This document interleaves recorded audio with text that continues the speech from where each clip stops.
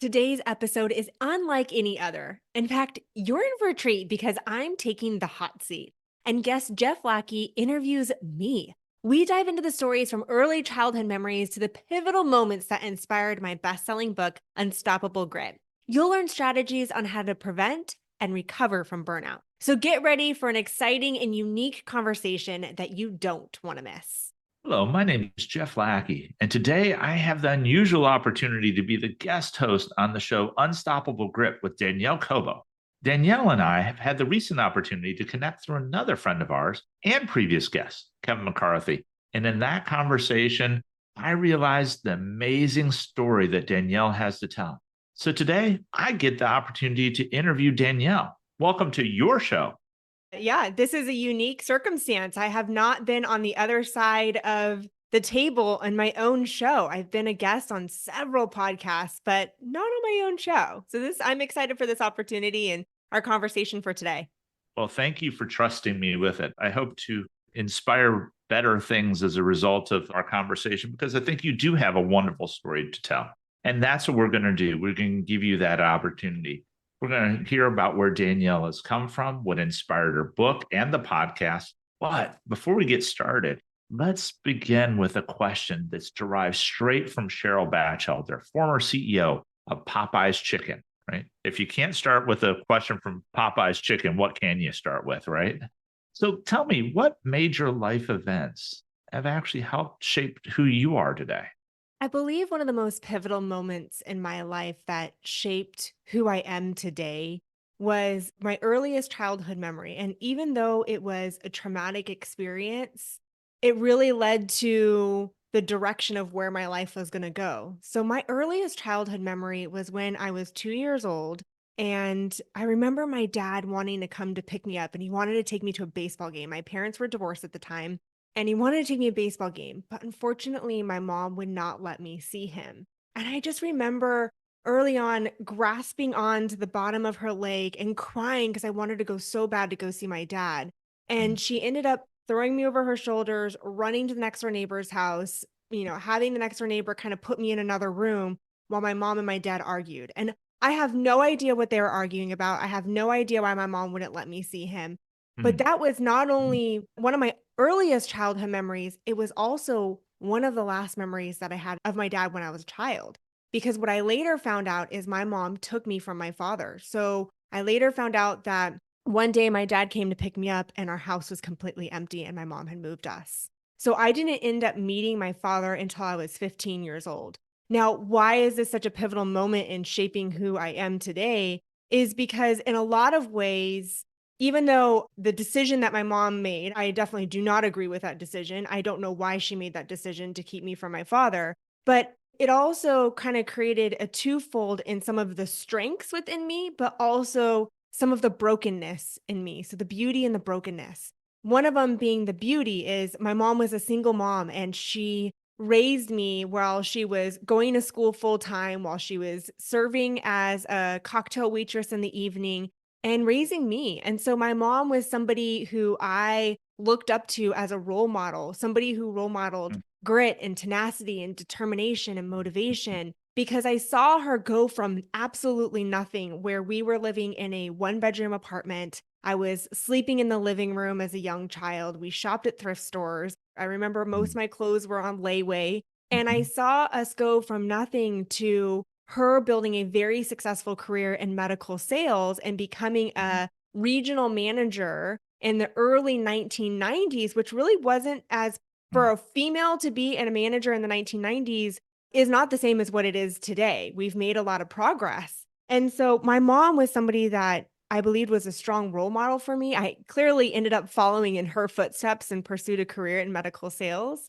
And I ended up meeting my father for the first, or I guess when I later on in life, I met him when I was 15, when he randomly showed up at my high school and the principal called Wow. me out of class and said, I have somebody here who says he's your dad and he's proven he's your dad. He's got all the documentation to prove it. Would you like to meet him? That's a shocking conversation at that point in time, one that you probably didn't wake up that morning expecting to have.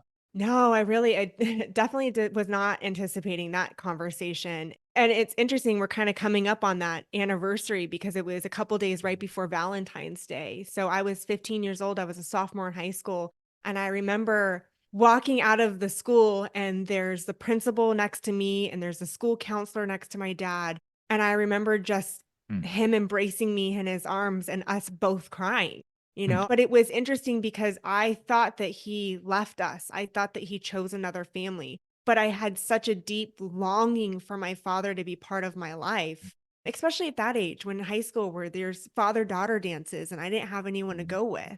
So it was a very pivotal moment in my life in many ways. As a dad of a daughter, I can understand just how hard it is to think about being separated from any of your children, but your daughter has a special place always in your heart, and there's a connection there, that's for Mhm. sure. So I can only imagine how that really, I love the way you put it. It created a beauty within you, but it also created a brokenness, that separation, which Mhm. sounds like we're really getting into what helped motivate you to write Unstoppable Grit. Yeah, what inspired me to write the book Unstoppable Grit was actually a series of events that took place in 2020. So in Mm, 2019, my husband had served a year deployment. So he was in Iraq. And while he was in Iraq, I was leading a team for a Fortune 500 company. My twin boys at the time were 1.5 years old. And it was a moment where 2020 was just a year of emotional roller coaster, and I believe it was for many of us. Every single one of us experienced change in 2020. My year started with I was at a national sales meeting. I'm sitting with my team, and I hadn't heard from my husband for a couple days, and I receive a text message that there are some bombings going on at his base. And so mm, I couldn't get a hold of him. Eventually, I was able to get a hold of him, but while I was on the phone with him, I heard in the background this phrase that will never escape my mind. mm, And it is incoming, incoming, take cover, take accountability, take accountability. And what that meant was that their base was being hit by missiles. And it was that moment of going, is he going to come home and is he going to go home alive? And that particular evening, 13 missiles hit his base. One of the missiles took out the PX, which is like kind of their grocery store on the base. Gratefully, he was not there. He actually just kind of escaped it by 30 minutes. And grateful he did come back safe. But mm, I started my year with going, is he going to come home? And the uncertainty of whether he was going to make that flight out or not, because it was right around a time where there was a heating amount of missiles that were hitting the military bases in Iraq. mm. And then right as he came home, it was difficult when he was deployed, but it was I really did not anticipate the challenges that were gonna come next with us reintegrating into the family life because I was a different person after him being deployed. I was much more independent. I was the one making the sole decisions when it came to the parenting of my kids. And now I've gotta check in with my husband. Are we in alignment with our parenting decisions? We each have different styles, and I believe that every parent can relate to that. We have our own parenting styles, and you're trying to find a way to come together on them and be united front as parents. Yes. And so it took some time for us to get into our rhythm of parenting. And right when we started to kind of have our rhythm and started to see how our life was going to be of us back together as a united family with him being in the States, on March 8th, I lost my mom and I lost my mom to suicide. And the moment I heard the news from my uncle who had called me, I remember collapsing to the ground and not able to breathe, tears flowing down my cheeks. My cheeks were all flushed and just couldn't believe that my mom was in such a state of pain that all she thought was the only way to relieve the pain was to take her life. And, my mom and I, even though we have had our challenges, we were estranged for 13 years. So we didn't have a strong relationship, but she was still my mom. She was somebody that I loved and cared for. And the reasons as to why we have an estranged relationship is for a whole nother episode. That's a lot of history, as you can imagine, with the history of the beauty and the brokenness of my upbringing with my mom. But she was still part of my life. And it was devastating news. And as I was trying to find a way to cope with her loss and prepare for her celebration of life, March 13th, just a week after, the world had shut down with the global pandemic. So I wasn't able to go back to California. I wasn't able to do her celebration of life, to go through her things, and even just like to see my mom's life that I had missed out on. And then as I was trying to cope and heal with the loss of my mom, the company that I was with had been acquired by a larger company, a top 10 pharmaceutical company, and it became a very, very toxic work environment. And I go into the Mhm. details in great length into the book, Unstoppable Grit. But for now, I'll just kind of say it was a very toxic work environment, something that I had not expected. I had been with the company for 7 years. I loved the company that I worked with. I thought I was going to retire there. But Mhm. the culture became so toxic, I could not stay. And so I Mhm. ended up leaving. And these series of events really is what inspired me to write the book. Because after these series of events within 6 months, I felt lost and confused and broken and uncertain.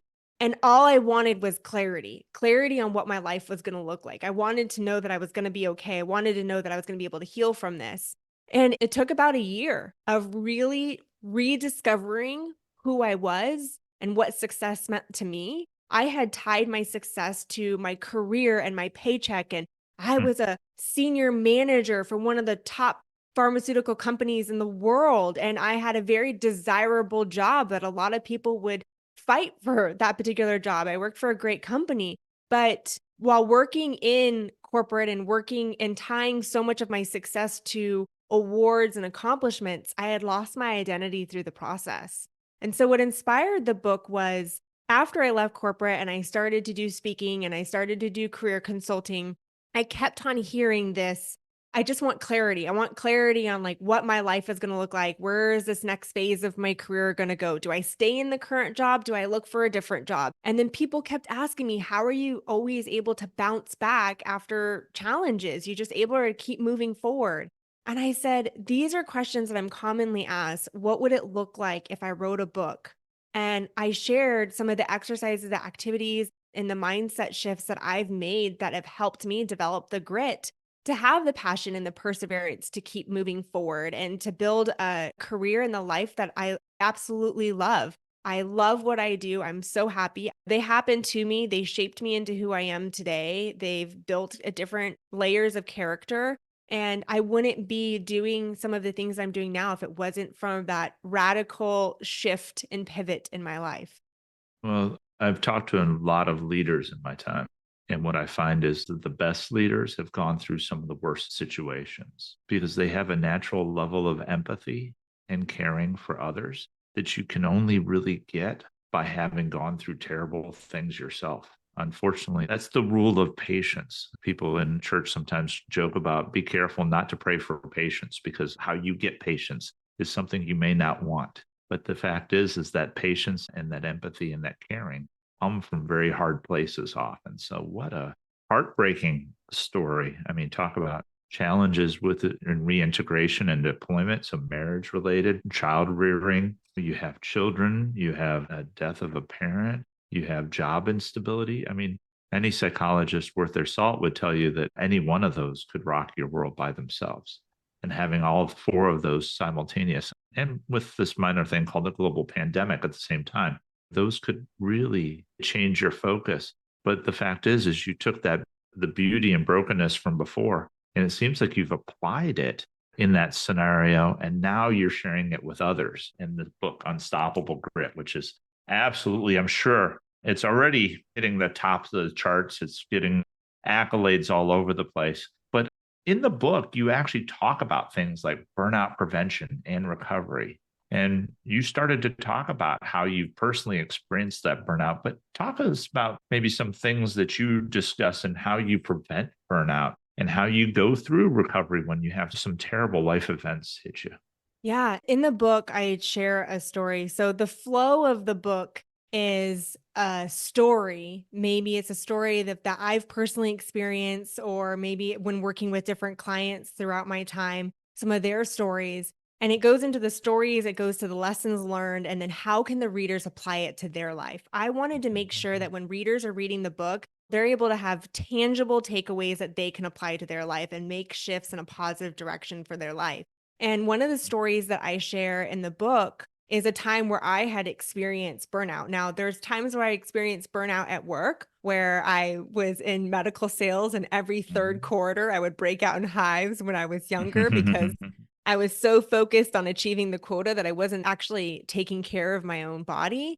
But one of Mhm. the most pivotal moments of when I learned the tools to recover and prevent burnout was my experience of after having my kids. My twins were born 6 weeks premature.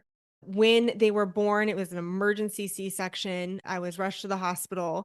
And as they're pulling them out, I distinctly remember looking over. What fun little tidbit is we didn't know the genders. So we didn't know if we were having Oh. boys or girls. I wanted it to be a surprise. Mhm. So they pull one boy out, and I'm going, "Oh my gosh, it's a boy. I'm so excited." And then they pull another boy out, and I'm like, "Another boy?" I thought I was having girls. But he came out blue, and he wasn't breathing. And both of Mm. them were pulled aside. There was 5 nurses and a doctor on each of them, and they were rushed to the NICU. I never had that experience of holding my baby for the first time. In fact, I didn't get to see my babies for at least an hour and a half because I was in recovery right after my surgery. Of course. And they spent 17 days in the NICU. So the first 17 days of their life, they were hooked up, they had feeding tubes in them, they were hooked up to heart monitors. They would what was called desaturation, which is where they would forget to breathe. And so you'd have to unwrap them and tickle their feet to remind them to breathe again.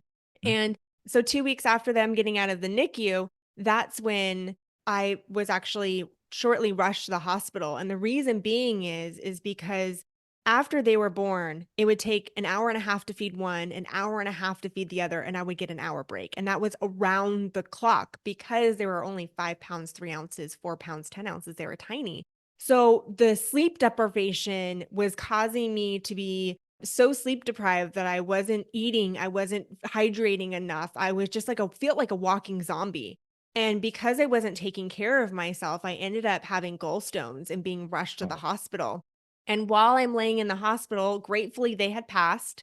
But while I'm laying in the hospital and the doctor's sharing with me, "Oh, you need to have surgery to get your gallbladder removed." I look at the TV, and across the TV it says breaking news, category 5 hurricane headed to Tampa. We had just moved to Florida. This was our first hurricane. It was a category 5. It was headed to Tampa. And right as I'm just looking at this physician going, "What do I do?"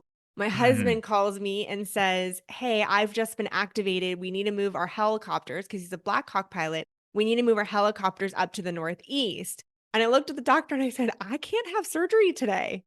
That's something in itself that goes into like, we really need to prioritize our own personal well being and health. But I Yes. ended up leaving the surgery center or leaving the hospital. The doctor told me it's not a matter of if you're going to have gallstones, it's a matter of when. So as soon as the hurricane passed, I ended up having surgery. But went home, boarded up the house. We lost power for 4 days. One of our boys was hooked up to a heart monitor, hooked up to the generator.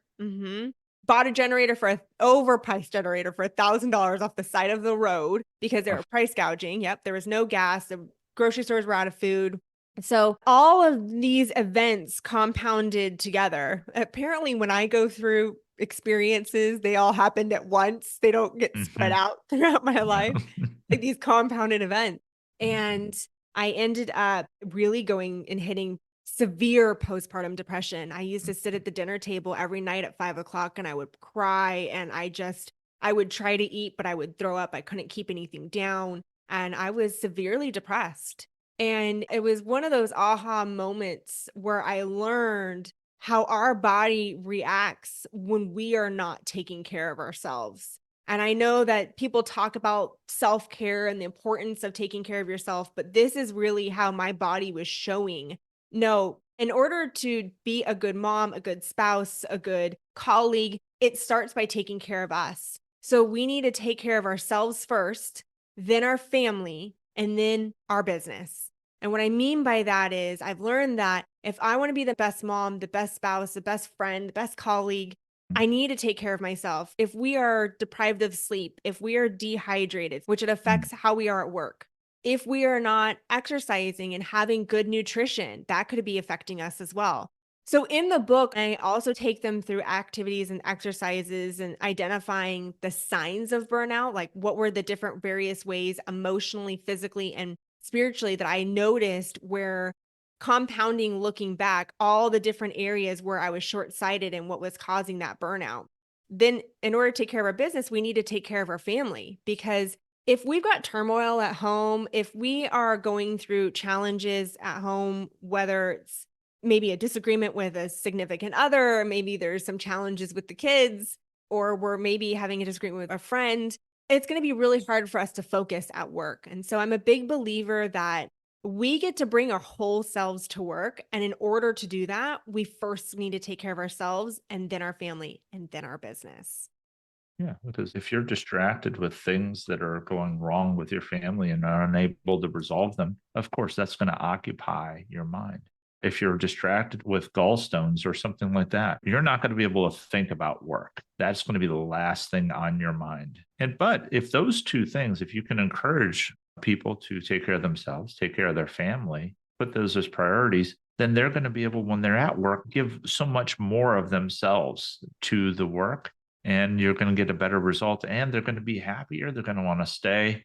And you, I think, as a leader, will be a lot happier with yourself. You can look at yourself in the mirror and say, actually, I feel like I led well today because I allowed people to take care of themselves and take care of their family. And then after they're done with that, I wanted them to show up at work. And that's amazing. That's really great advice. I think about the old adage of putting your own oxygen mask on first, right? Because you're really not good to anybody if you Mhm. can't breathe. So tell me a little bit. Obviously, we've talked about the book, we talked about the podcast. So I'd be curious, how can listeners go about finding and ordering the book? Because I'm sure you're hiding it somewhere, like you don't want anybody to find it, right? But you can let everybody hear a little secret of where you've hid the book. Yeah. Yeah, so the book is available at most retailers, Barnes and Nobles, but I would say Amazon is always an easy go to Amazon. You can find it on Amazon and it will get delivered directly to your house, which is always nice. I feel like Amazon at this point, my kids play Amazon truck because Amazon comes to our house so much.